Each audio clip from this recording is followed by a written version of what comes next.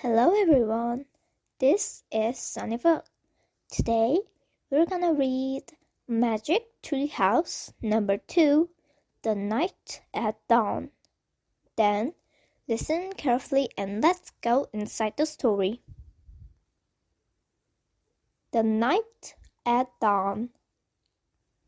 Chapter 1, The Dark Woods. Jack couldn't sleep. He put his glasses on. He looked at the clock. 5:30. Too early to get up. Yesterday so many strange things had happened. Now he was trying to figure them out. He turned on the light. He picked up his notebook. He looked at the list he'd made before going to bed. Found a treehouse in woods. Found lots of books in it. Pointed to pteranodon picture in book. Make a wish. Went to time of dinosaurs. Pointed to picture of Frog Creek Woods. Make a wish. Came home to Frog Creek. Jack pushed his glasses into place. Who was going to believe any of this? Not his mom, or his dad, or his third-grade teacher, Mr. Wilkins. Only his 7-year-old sister Annie. She'd gone with him to the time of the dinosaurs. Can't you sleep? It was Annie, standing in his doorway. Nope, said Jack. Me neither, said Annie. What are you doing? She walked over to Jack and looked at his notebook. She read the list. Aren't you going to write about the gold medal? She asked. You mean the gold medallion, said Jack. He picked up his pencil and wrote. Find this in dinosaur time. Aren't you going to put the letter M on the medal? Said Annie. Medallion, said Jack. Not medal. He added an M.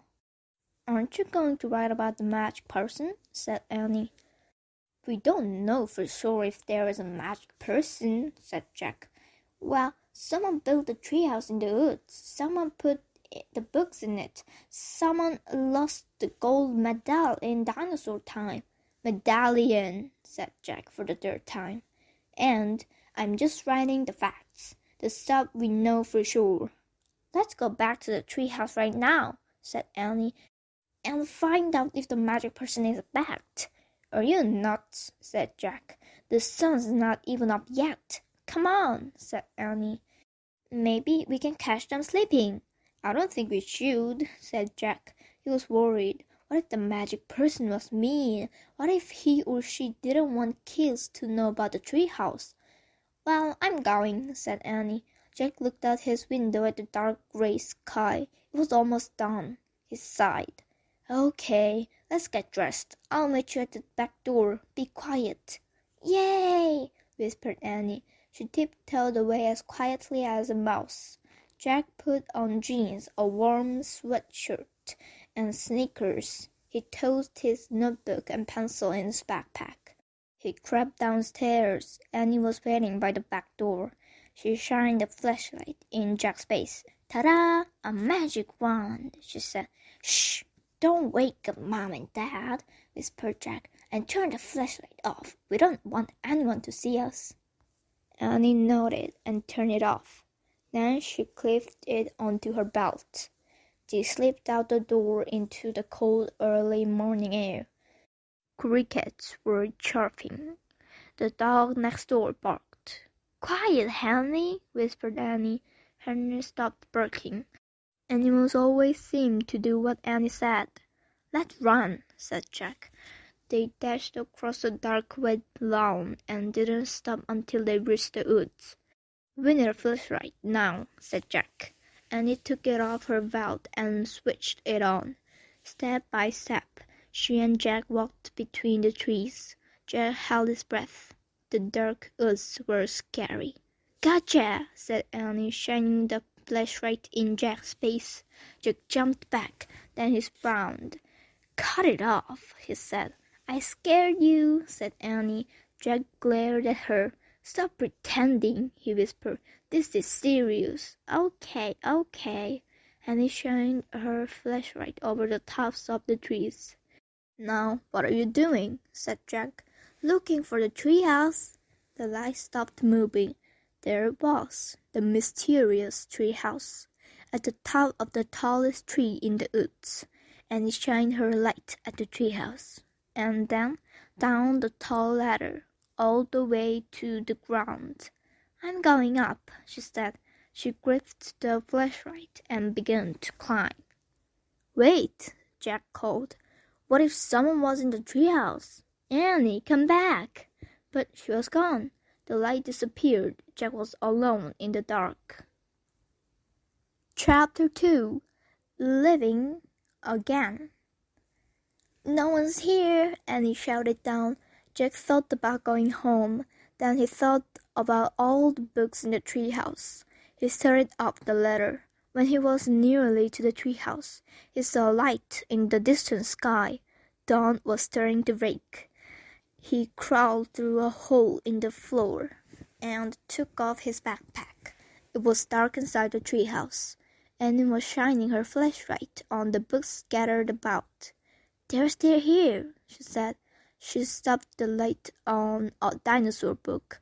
It was the book that had taken them to the time of dinosaurs. Remember the Tyrannosaurus? Jack shuddered. Of course he remembered. How could anyone forget seeing a real live Tyrannosaurus Rex? The light fell on a book about Pennsylvania. A red silk bookmark stuck out of it. Remember the picture of Rock Creek? Said Annie. Of course, said Jack. That was the picture that had brought them home. There's my favorite, said Annie. The light was shining on a book about knights and castles. There was a blue letter bookmark on it. Annie turned to the page with the bookmark. There was a picture of a knight on a black horse. He was riding toward the castle. Annie, close that book, Jack said. I know what you're thinking. And he pointed at the knight. Don't, Annie. We wish we could see this guy for real. Annie said. No, we don't, shouted Jack. They heard a strange sound. Nee! It sounded like a horse neighing. They both ran to the window, and he shined the flashlight down on the ground. Oh no, whispered Jack. A knight, said Annie. A knight in shining armor, wearing a black horse, through the Frog Creek woods. Then the wind began to moan. The leaves began to tremble. It was happening again. We're leaving, cried Annie. Get down! The wind moaned louder. The leaves shook harder, and the treehouse started to spin. It spun faster and faster. Jack squeezed his eyes shut. Then everything was still, absolutely still. Jack opened his eyes. He shivered. The air was damp and cold. The sound of a horse whinny came again from below. Nee! I think we're here, whispered Annie. She was still holding the castle book. Jack peeked out the window. A huge castle loomed out of the fog. He looked around. The treehouse was in a different oak tree, and down below, the knight on the black horse was riding by. We can't stay here, said Jack. We have to go home and make a plan first. He picked up the book about Pennsylvania. He opened it to the page with the red silk bookmark. He pointed to the photograph of the Broad Creek woods. I wish no, said Annie. She yanked the book away from him. Let's stay. I want to visit the castle. You're nuts. We have to examine the situation, said Jack. From home. Let's examine it here, said Annie. Come on, he held out his hand. Give it. Annie gave Jack the book. Okay, you can go home. I'm staying, she said. She clipped the flashlight to her belt. Wait, said Jack. I'm going to take a peek. A teeny peek, she said, and she scudded down the ladder. Jack groaned. Okay, she had won. He couldn't live without her. Besides, he sort of wanted to take a peek himself. He put down the book about Pennsylvania. He dropped the castle book into his pack.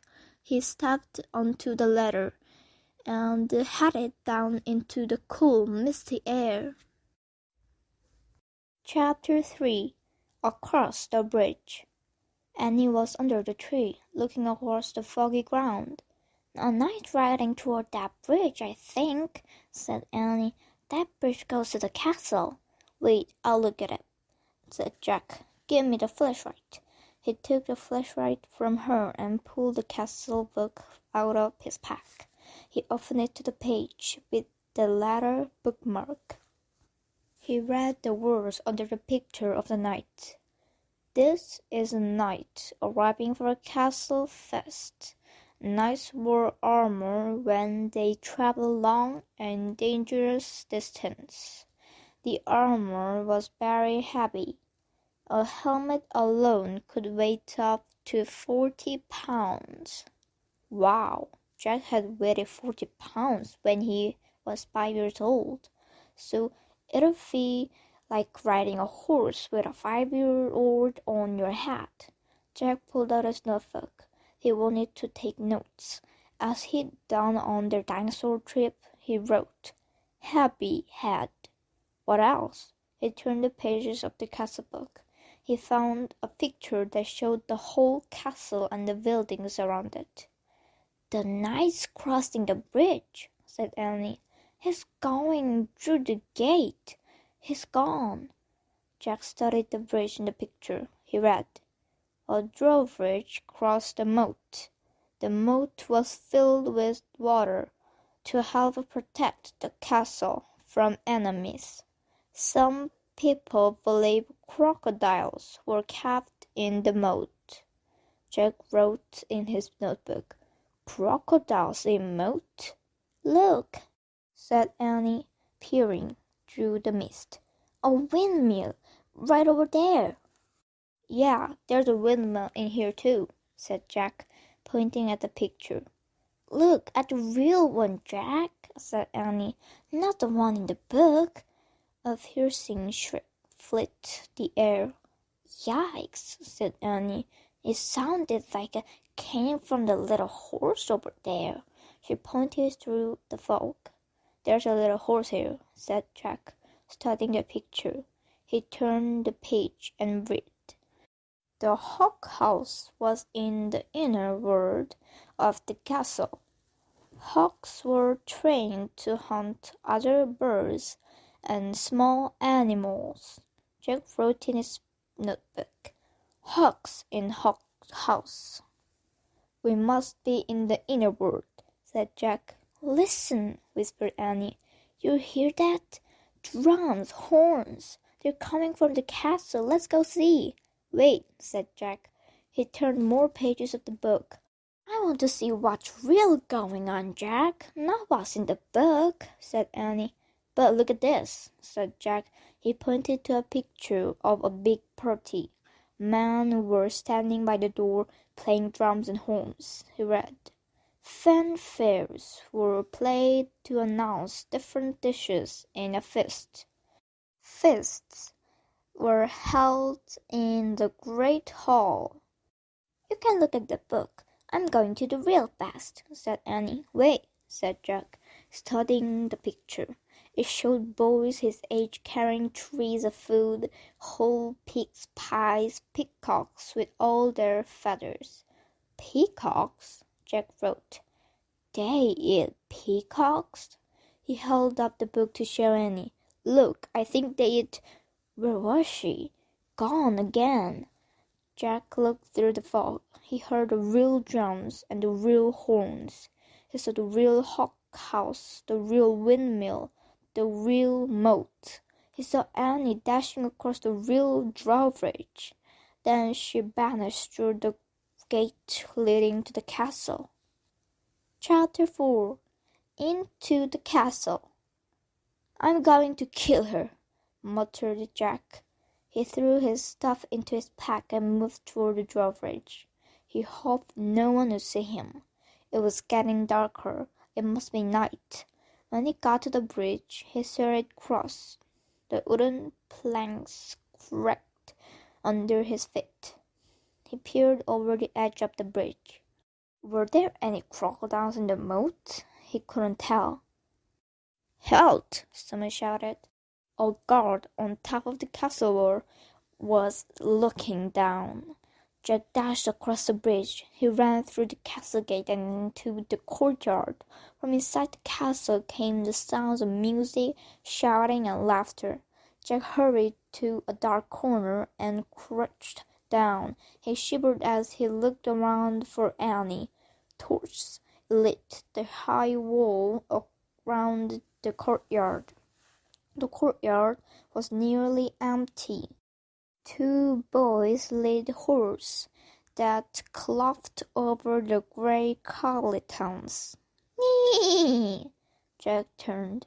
It was a nice black horse. Psst! He peered into the darkness. There was Annie. She was hiding behind a wall in the center of the courtyard. She waved at him. Jack waved back. He waited till the boys and horses disappeared into the stable. Then he dashed to the well. "I'm going to find the music," whispered Annie. "Are you coming?" "Okay," Jack said with a sigh. He tiptoed together across the cobblestones. Then they slipped into the entrance of the castle. Noise and music came from a bright room in front of them. They stood on the side of the doorway and peeked in. "The feast in the great hall," whispered Jack. He held his breath as he stared in awe. A giant fireplace blazed at one end of the noise room. Antlers of rocks hung on the stone walls. Flowers covered the floor. Boys in short dresses carried huge trays of food. Dogs were fighting over bones under the tables. People in bright clothes and funny hats strolled among the crowd. Some played funny-shaped guitars. Some tossed balls in the air. Some balanced swords on their hands. Men and women dressed in capes and furs sat at long, crowded wooden tables. "I wonder which one is the knight," said Jack. "I don't know," whispered Annie, "but they're eating with their fingers." Suddenly, someone shouted behind them. Jack whirled around. A man carrying a tray of pies was standing a few feet away. "Who art thou?" he asked angrily. "Jack," squeezed Jack. "Annie," squeezed Annie. Then they ran as fast as they could down a dimly lit hallway. Chapter 5. Trapped. "Come on!" cried Annie. Jack raced behind her. Were they being followed? "Here, quick!" Annie dashed toward the door of the hallway. She pushed the door open. The 2 of them stumbled into a dark, cold room. The door creaked shut behind them. "Give me the flashlight," said Annie. Jack handed it to her, and she switched it on. Yikes! A row of knights right in front of them. Annie flicked off the light. Silence. "They aren't moving," Jack whispered, and he turned the light back on. "They're just suits," Jack said. "Without hats," said Annie. "Let me have the flashlight a second," said Jack, "so I can look in the book." Annie handed him the flashlight. He pulled out the castle book. He flipped through the pages until he found what he was looking for. Jack put the book away. "It's called the Armory," he said. "It's where armor and weapons are stored." He shined the flashlight around the room. "Oh, man," whispered Jack. The light fell on shiny breastplates, leg plates, arm plates, on shields filled with helmets and weapons, on shields, spears, swords, crossbows, clubs, battle axes. There was a noise in the hall. Voices. "Let's hide," said Annie. "Wait," said Jack. "I've got to check on something first." "Hurry," said Annie. "I'll talk just a second," said Jack. "Hold this." He handed Annie the flashlight. He tried to lift the helmet from a ship. It was too heavy. He bent over and dragged the helmet over his head. The visor slammed shut. Oh, forget it. It was worse than having a 5-year-old on your head, more like having a 10-year-old on your head. Not only could Jack not lift his head, he couldn't see anything either. Jack! And his voice sounded far away. The voices are getting closer. Turn off the flashlight. Jack's voice echoed inside the metal chamber. He struggled to get the helmet off. Suddenly he lost his balance and went crashing into other pieces of armor. The metal plates and weapons clattered to the floor. Jack lay on the floor in the dark. He tried to get up, but his head was too heavy. He heard deep voices. Someone grabbed him by the arm. The next thing he knew, his helmet was yanked off. He was staring into the blazing light of a fiery torch. Chapter 6. Ta-da! In the torchlight, Jack saw 3 huge men standing over him. One with bare, squinty eyes held the torch. One with a very red face held Jack, and one with a very long mustache held on to Annie. Annie was kicking and yelling. "Stop!" said the one with the very long mustache. "Who art thou?" said the one with a very red face. "Spies, foreigners, Egyptians, Romans, Persians," said the squinty eyes one. "No, you dummies," said Annie. "Oh, rather," Jack muttered. "Arrest them," said Red Face. "The dungeon," said Squinty Eyes. The guards marched Jack and Annie out of the armory. Jack looked back frantically. Where was his backpack? "Go," said a guard, giving him a push. Jack went. Down they emerged, down the long, dark hallway. Squinty, Annie, Mustache, Jack, and Red. Down a narrow, winding staircase. Jack heard Annie shouting at the guards. "Dummies, meanies, we didn't do anything." The guards laughed. They didn't take Annie seriously at all. At the bottom of the stairs was a big iron door with a bear across it. Squinty pushed the bar off the door. Then he shoved at the door. It cracked often. Jack and Annie were pushed into a cold, clammy room. The fiery torch lit the dungeon. There were chains hanging from the filthy walls. Water dripped from the ceiling, making puddles on the stone floor. It was the creepiest place Jack had ever seen. "We'll keep them here till the best is done, then turn them over to the Duke," said Squinty. "He knows how to take care of thieves." "There will be a hanging tomorrow," said Mustache. "If the rest don't get them first," said Red. They all laughed. Jack saw that Annie had his backpack. She was quietly unzipping it. "Come on, let's chain the 2 of them," said Squinty. The guards started toward them. Annie whipped her flashlight out of the pack. "Ta-da!" she yelled. The guards froze. They stared at the shiny flashlight in her hand and switched the light on. The guards gasped in fear. They jumped back against the wall. Squinty dropped the torch. It fell into a dirty puddle on the floor, sputtered, and went out.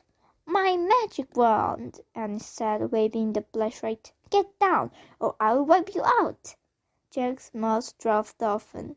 Annie fiercely pointed her light at once, then the other. Each howled and covered his face. "Down, all of you! Get down!" shouted Annie. One by one, the guards lay down on the wet floor. Jack couldn't believe it. "Come on," Annie said to him. "Let's go." Jack looked at the open doorway. He looked at the guards. quaking on the ground. "Hurry!" said Annie. In one quick leap, Jack followed her out of the terrible dungeon. Chapter 7. A Secret Passage. Annie and Jack raced back up the winding stairs and down the long hallway. They hadn't gone far when they heard shouting behind them. Dogs barked in the distance. "They're coming!" Annie cried. "In here," said Jack. He shoved open a door of the hallway and pulled Annie into a dark room. Jack pushed the door shut. Then Annie shined her flashlight around the room. There were rows of sacks, the wooden barrels. "I'd better look in the book," said Jack. "Give it to me." Jack gave him the flashlight and his backpack.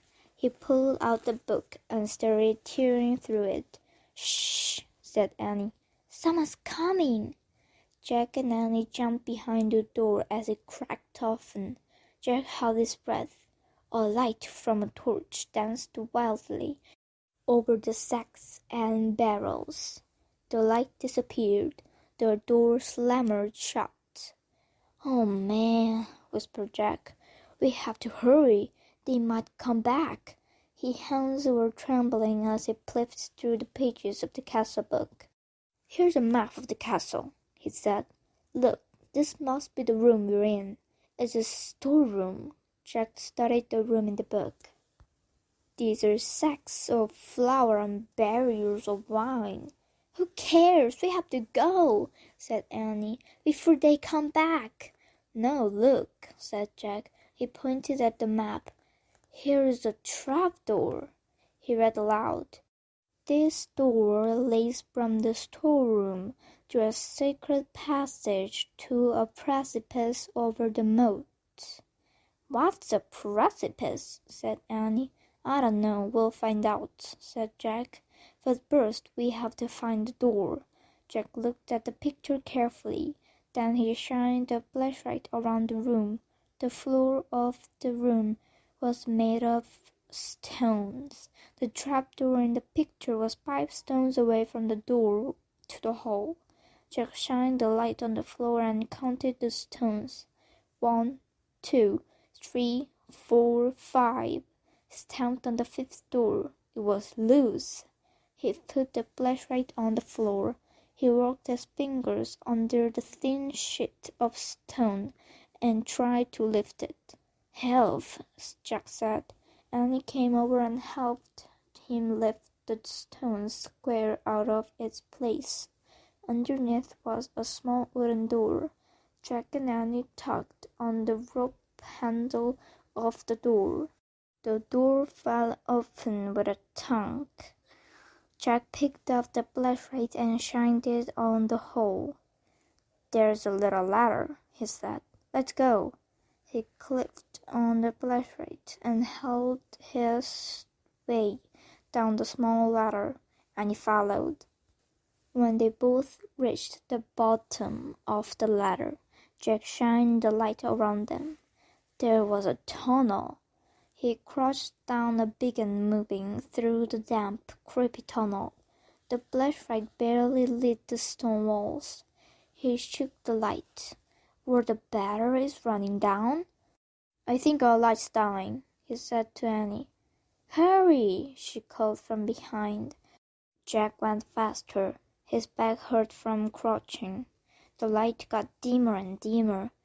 He was desperate to get out of the castle before the batteries died completely. Soon he reached another small wooden door, the door at the end of the tunnel. Jack unlatched the door and pushed it open.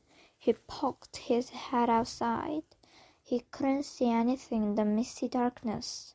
The air felt good, cool and fresh. He took a deep breath.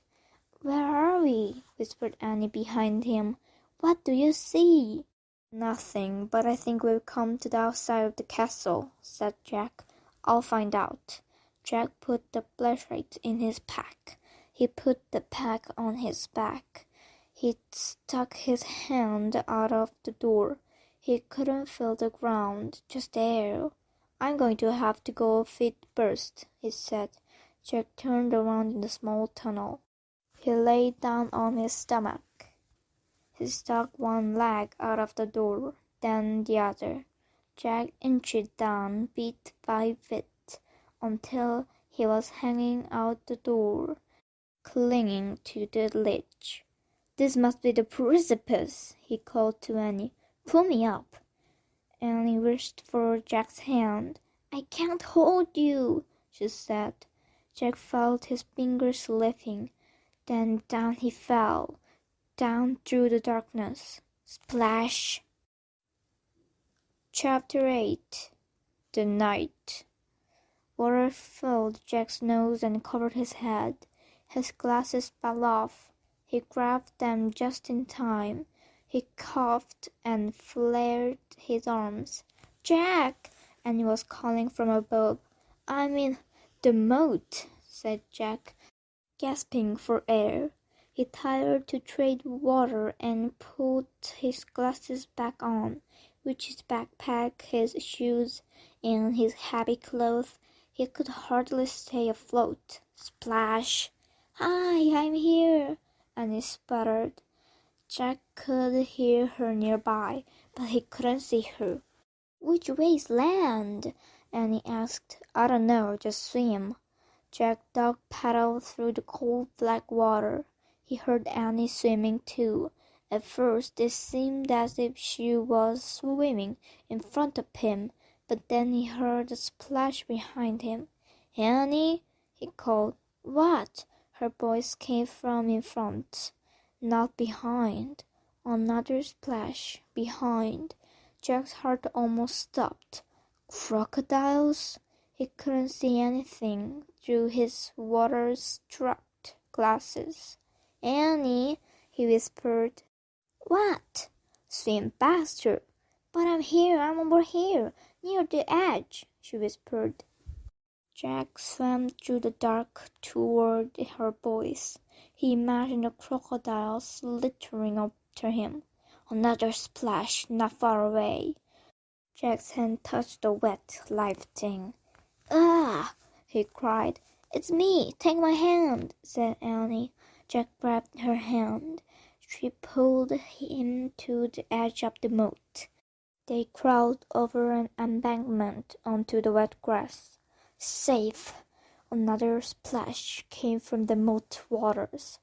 Oh man, Jack said.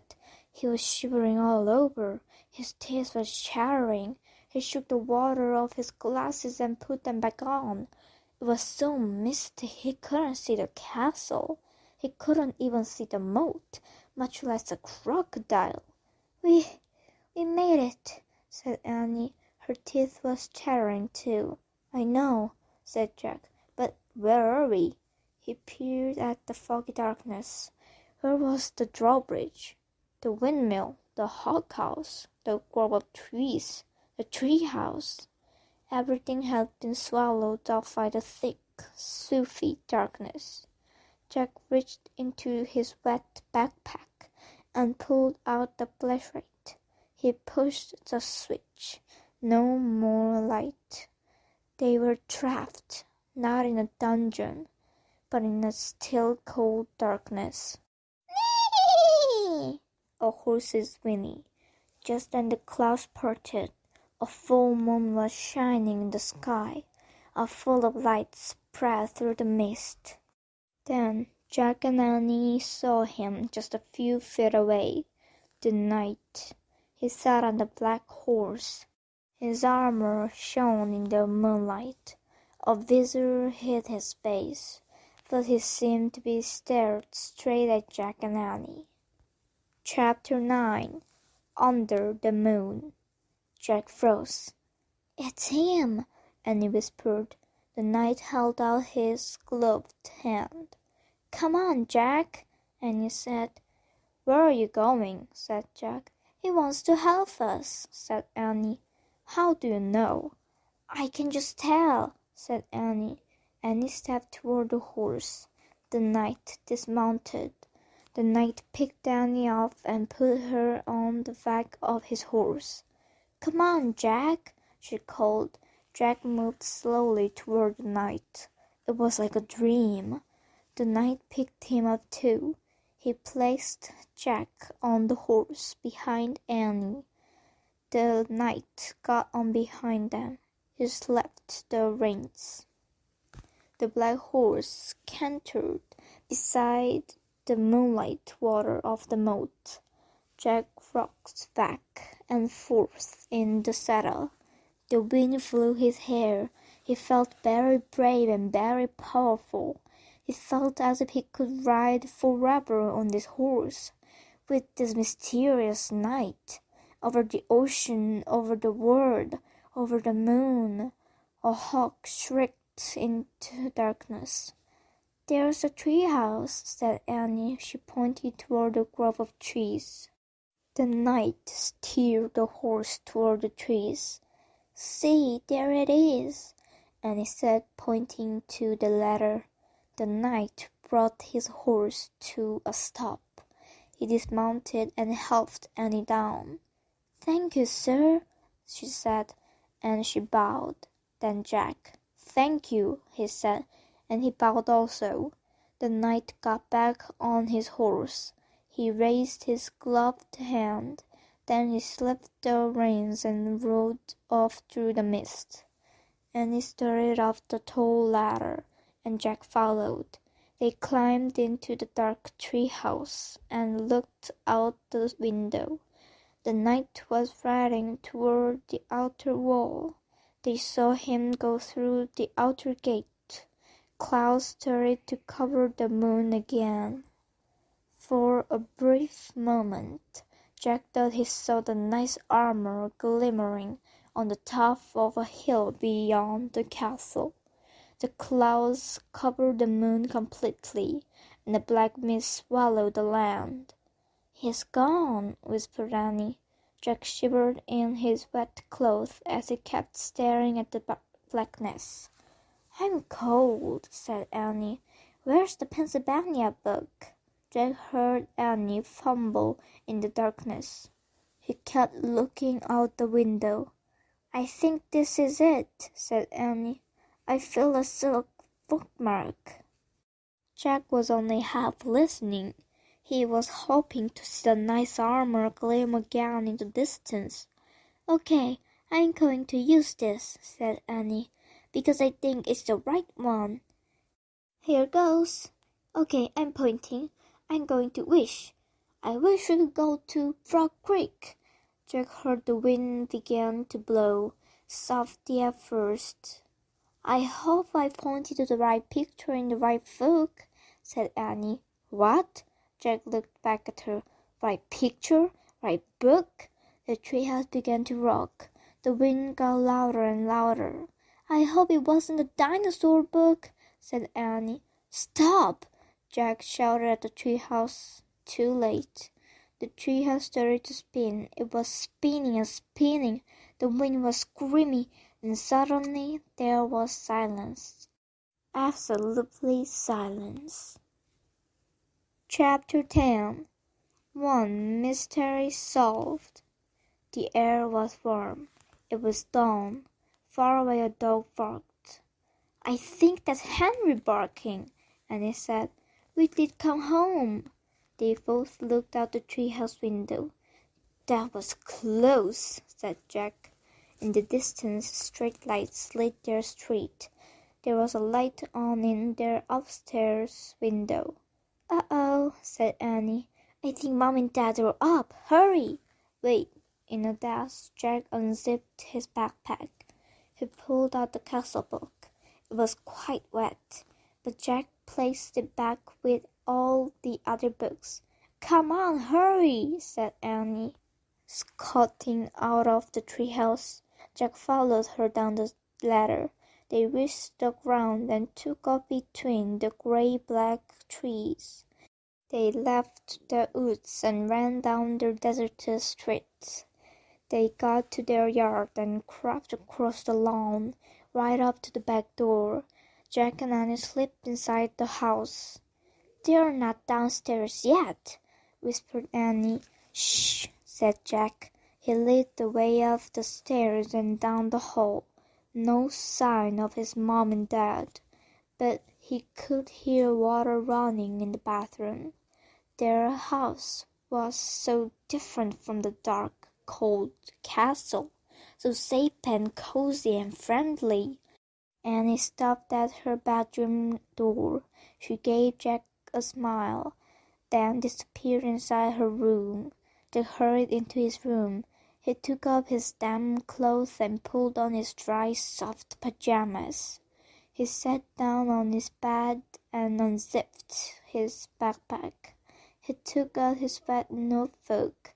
He felt around for a pencil, but he hand towards something else. Jack pulled the blue letter bookmark out of his pack. It must have fallen out of the castle book. Jack held the bookmark close to his lamp and studied it. The letter was smooth and worn. It seemed ancient. For the first time, Jack noticed a letter on the bookmark. A fancy M. Jack opened the drawer next to his bed. He took out the gold medallion. He looked at the letter on it. It was the same M. Now, this was an amazing new fact. Jack took a deep breath. One mystery solved. The person who had dropped the gold medallion in the time of the dinosaurs was the same person who owned all the books in the treehouse. Who was this person? Jack placed the bookmark next to the medallion. He closed the drawer. He picked out his pencil. He turned to the least wet page in his notebook, and he started to write down this new fact. The same. But before he could draw the M, his eyes closed.